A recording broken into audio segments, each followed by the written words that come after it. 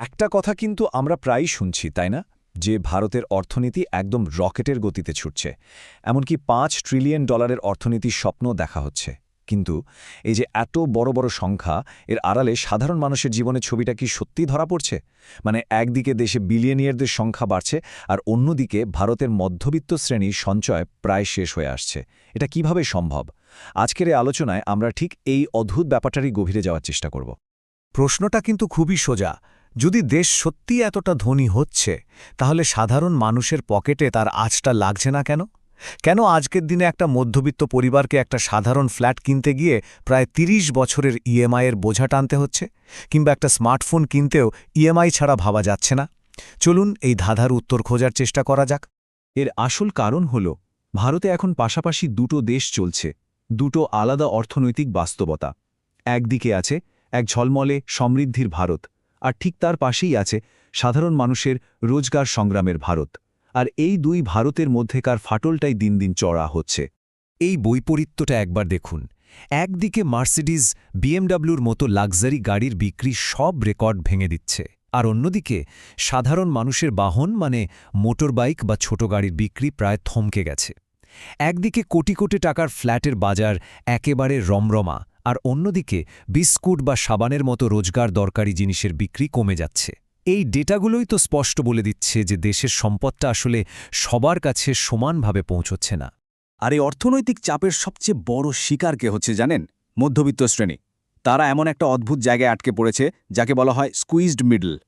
মানে এমন একটা শ্রেণী যা ধনীও নয়, আবার দরিদ্রও নয়, কিন্তু চাপটা সব দিক থেকে তাদের ওপরই আসছে। এই নিষ্পেষিত মধ্যবিত্ত শ্রেণীটা হল জনসংখ্যার সেই অংশ যারা সরকারি সাহায্য পাওয়ার মতো যথেষ্ট গরিব নয়, আবার অন্যদিকে হু হু করে বাড়তে থাকা খরচ আর ট্যাক্সের বোঝা সামলানোর মতো ধনীও নয়। বলা যেতে পারে তাদের আয় বাড়ে কচ্ছপের গতিতে, কিন্তু খরচ বাড়ে খরঘুষের গতিতে। একটা কথা খুব ভালোভাবে এই পরিস্থিতিটা বোঝায়, তারা যেন একটা নো ম্যানস ল্যান্ডে আটকে আছে। তারা সবার জন্য টাকা দেয়, কিন্তু তাদের জন্য টাকা দেওয়ার কেউ নেই। দেশের করের সবচেয়ে বড় বোঝাটা কিন্তু এই শ্রেণীটাই বয়, অথচ বিনিময়ে সুবিধা পায় খুবই সামান্য। তাদের আসন সমস্যাটা কোথায়? দেখুন, তারা ইনকাম ট্যাক্সও দিচ্ছে, আবার জিএসটিও দিচ্ছে। কিন্তু সরকারি স্কুল বা হাসপাতালের অবস্থা ভালো না হওয়ায় ছেলেমেয়েদের পড়াশোনার জন্য প্রাইভেট স্কুলে পাঠাতে হচ্ছে, চিকিৎসার জন্য প্রাইভেট হাসপাতালে যেতে হচ্ছে। তার মানে কি দাঁড়ালো? সরকারি ট্যাক্স দেওয়ার পরেও ভালো পরিষেবার জন্য তাদের একটা অদৃশ্য প্রাইভেট ট্যাক্সও দিতে হচ্ছে। পরিস্থিতি এতটাই ঠুনকো যে হাসপাতালে একটা বড় বিল হলেই একটা পরিবার দারিদ্র্যের মুখে পড়তে পারে। আর এই লাগাতার চাপের ফলে যা হওয়ার তাই হচ্ছে।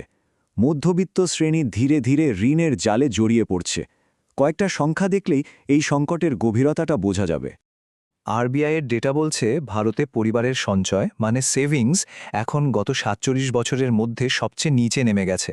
ভাবা যায়, এর সোজা মানে হলো মাস শেষে যা আয় হচ্ছে তার প্রায় পুরোটাই খরচ হয়ে যাচ্ছে, জমানোর জন্য হাতে কিছুই থাকছে না। পরিস্থিতি আরও চিন্তার হয়ে ওঠে যখন আমরা দেখি যে গোল্ড লোন মানে সোনা বন্ধক রেখে ঋণ নেওয়ার পরিমাণ মাত্র ১ বছরে ১২৫% বেড়েছে। আর এখন কিন্তু মানুষ ব্যবসা করার জন্য সোনা বন্ধক রাখছে না, রাখছে বাচ্চার স্কুলের ফি বা হাসপাতালের বিল মেটানোর মতো জরুরি প্রয়োজনে। আর ক্রেডিট কার্ডের বকেয়া, ওটা তো আকাশ ছোঁয়া। মাত্র ৪ বছরে দ্বিগুণেরও বেশি বেড়ে গেছে। মানুষ এখন রোজকার খরচ চালাতেও এই চড়া সুদের ঋণের ওপর নির্ভর করতে বাধ্য হচ্ছে। ফলে একটা লোন শোধ করতে গিয়ে আরেকটা লোনের ফাঁদে পা দিচ্ছে। এটা একটা ভয়ঙ্কর চক্র। কিন্তু প্রশ্ন হল, এই অবস্থাটা তৈরি হলো কি করে? এর উত্তর কিন্তু কোনো একটা ঘটনায় লুকিয়ে নেই, বরং গত কয়েক দশকে ঘটে যাওয়া কিছু গভীর সিস্টেমিক পরিবর্তনের মধ্যেই এর উত্তরটা রয়েছে। আমাদের বাবা মায়ের প্রজন্মের সাথে আজকের প্রজন্মের একটা তুলনা করলেই ব্যাপারটা জলের মতো পরিষ্কার হয়ে যাবে। ধরুন ২০০০ থেকে ২০১৫ সালের মধ্যে একটা বাড়ি কিনতে যা খরচ হতো সেটা ছিল একজনের বার্ষিক আয়ের প্রায় ৪ থেকে ৫ গুণ। এখন জানেন সেটা কত? এখন সেটা বেড়ে দাঁড়িয়েছে ১২ থেকে ১৫ গুণে। আগের প্রজন্ম মন দিত বাড়ি, জমি বা সোনার মতো সম্পদ তৈরিতে, আর এখনকার প্রজন্ম শুধু বাড়ি ভাড়া আর বিভিন্ন সাবস্ক্রিপশনের বিল মেটাতেই হিমশিম খাচ্ছে। অবস্থা এমন যে অনেকের মাইনের ৬০%-এরও বেশি চলে যাচ্ছে শুধু বাড়ির ইএমআই দিতে। এর পেছনে দুটো বড় ধাক্কা কাজ করেছে। প্রথমটা হলো ২০১৬ সালের ডিমনিটাইজেশন আর দ্বিতীয়টা ২০২০ সালের কোভিড মহামারী। এই দুটো ঘটনা দেশের অসংগঠিত ক্ষেত্র আর ছোট মাঝারি ব্যবসাগুলোর মানে এমএসএমইগুলোর কোমর ভেঙে দিয়েছে।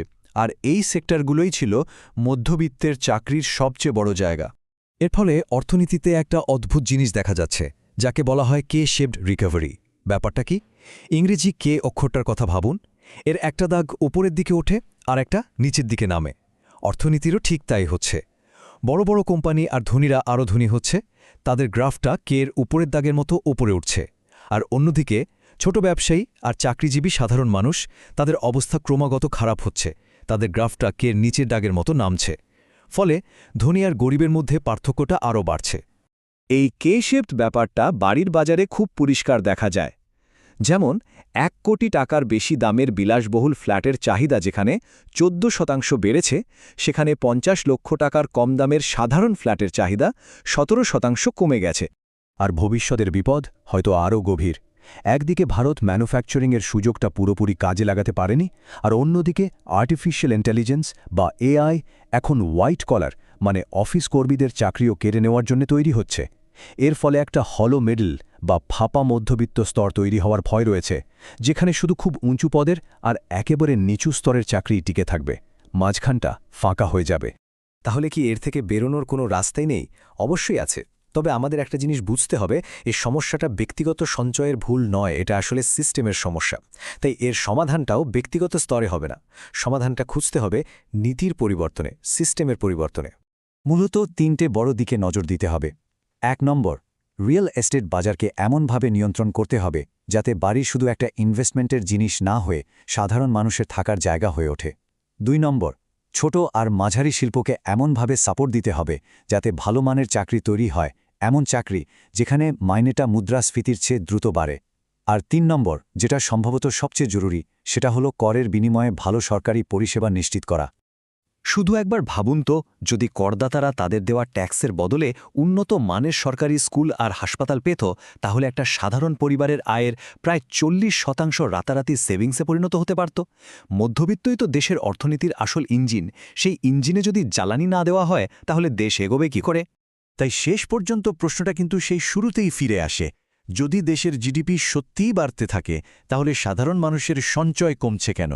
দেশ যদি ধনী হয়, তাহলে দেশের নাগরিকরা নিঃস্ব হচ্ছে কেন?